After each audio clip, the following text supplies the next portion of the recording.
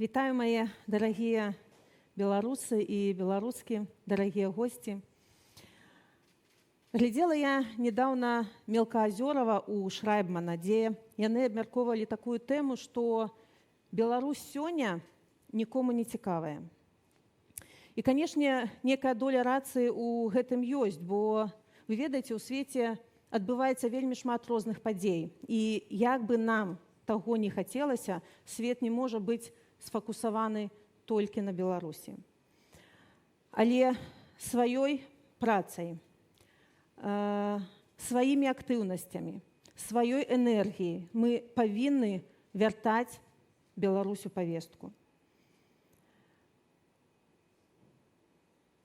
Нам ёсць што паказаць, нам ёсць што расказаць, і нам ёсць чым ганарыцца.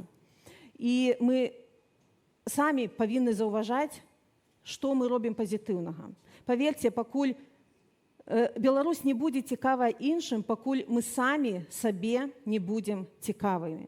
Мы павінны тлумачыць, як у такіх цяжкіх умовах беларусы здольныя змагацца, беларусы здольныя выжываць і працягваць барацьбу.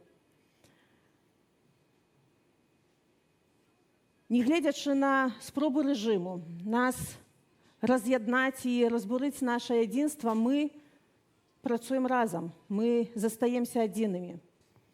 Мы будуем дэмакратычныя структуры. З'яўляюцца новыя ініцыятывы ў грамадскай супольнасці. Нашыя медыа, нашыя блогеры збіраюць мільёны праглядаў, і большасць гэтых праглядаў менавіта з Беларусі. Нашыя праваабаронцы збіраюць дапамогу рэпрэсаваным і збіраюць доказы злачынстваў гэтага рэжыма. Нашыя айцішнікі, яны робяць інавацыйныя і вельмі амбіцыйныя праекты, якія аб'ядноўваюць беларусаў і, ведаеце, уражваюць увесь свет. Нашыя вельмі аб'яднаныя беларусы замежжа прасоўваюць беларускую павесткі ў сваіх краінах і ладзяць акцыі салідарнасці. Нашы культурныя дзеячы, напрыклад, яны ўзмацняюць нашу нацыянальную ідэнтычнасць, якую мэтанакіравана хоча зруйнаваць гэты рэжым. А наша моладзь, яны ўсё больш і больш зараджаюцца беларускасцю. І, канешне, я хачу асобна адзначыць беларусаў у Беларусі. Нягледзячы на страх і вельмі цяжкія умовы там унутры краіны, яны робяць не публічную, але такую важную працу на зямлі. Дзякуй вам вялікі за гэта. Мы натхняемся нашымі героямі, добраахвотнікамі, якія бароняць Украіну і Беларусь на полі боя.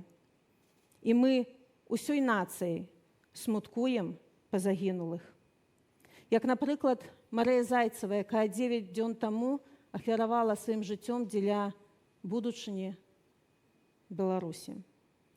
І мы ўсёй нацыяй смуткуем па ўсіх тых, каго забіў рэжым.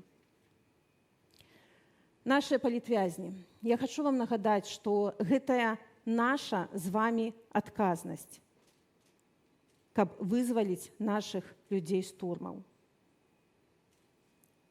І хай боль за нашых каханых, за нашых родных, за нашых сяброў за кратамі ператвараецца ў энергію, якая рухае нас наперад. Дарагія сябры, каб іншыя палюбілі Беларусь, перш за ўсё мы павінны любіць яе гэтаксама моцна. І мы павінны любіць яе нават тады, калі цяжка. Калі здаецца, што ўсё згубіла сэнс, калі дрэнныя навіны забіраюць апошнія сілы.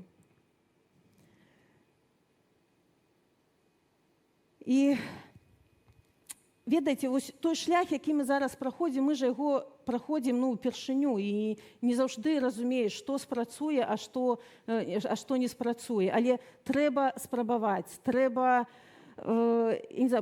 працягваць працу, трэба эксперыментаваць. І я не ведаю, трэба бачыць, якія добрыя справы мы ўжо робім. Трэба заўважаць пазітыўнае, трэба натхняць і любіць адно аднаго. І сёння насамрэч гэта добрая магчымасць, каб выказаць сваю падтрымку тым, хто сядзіць сёння побач з вамі. І я вельмі ўдзячная кожнаму, хто сёння тут прысутны, нягледзячы на тое, што следчы камітэт пагражае нам усім новымі крымінальнымі справамі. Ведаеце, як казаў Алесь Беляцкі, нобелеўскі лаўрэат і палітвязень, я не баюся, хай баяцца яны. І пераадолець страх нашмат прасцей, калі ты ведаеш, што ты не адзін.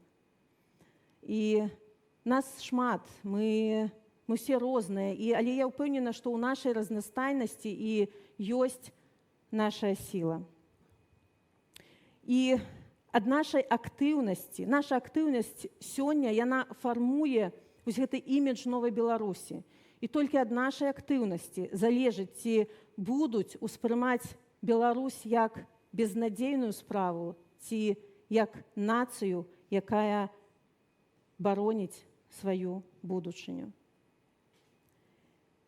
Я хочу падзякаваць сёння усім замежным журналістам, дыпламатам і палітыкам, якія працягваюць натхняцца беларусамі і не губляюць веру у нашу справу.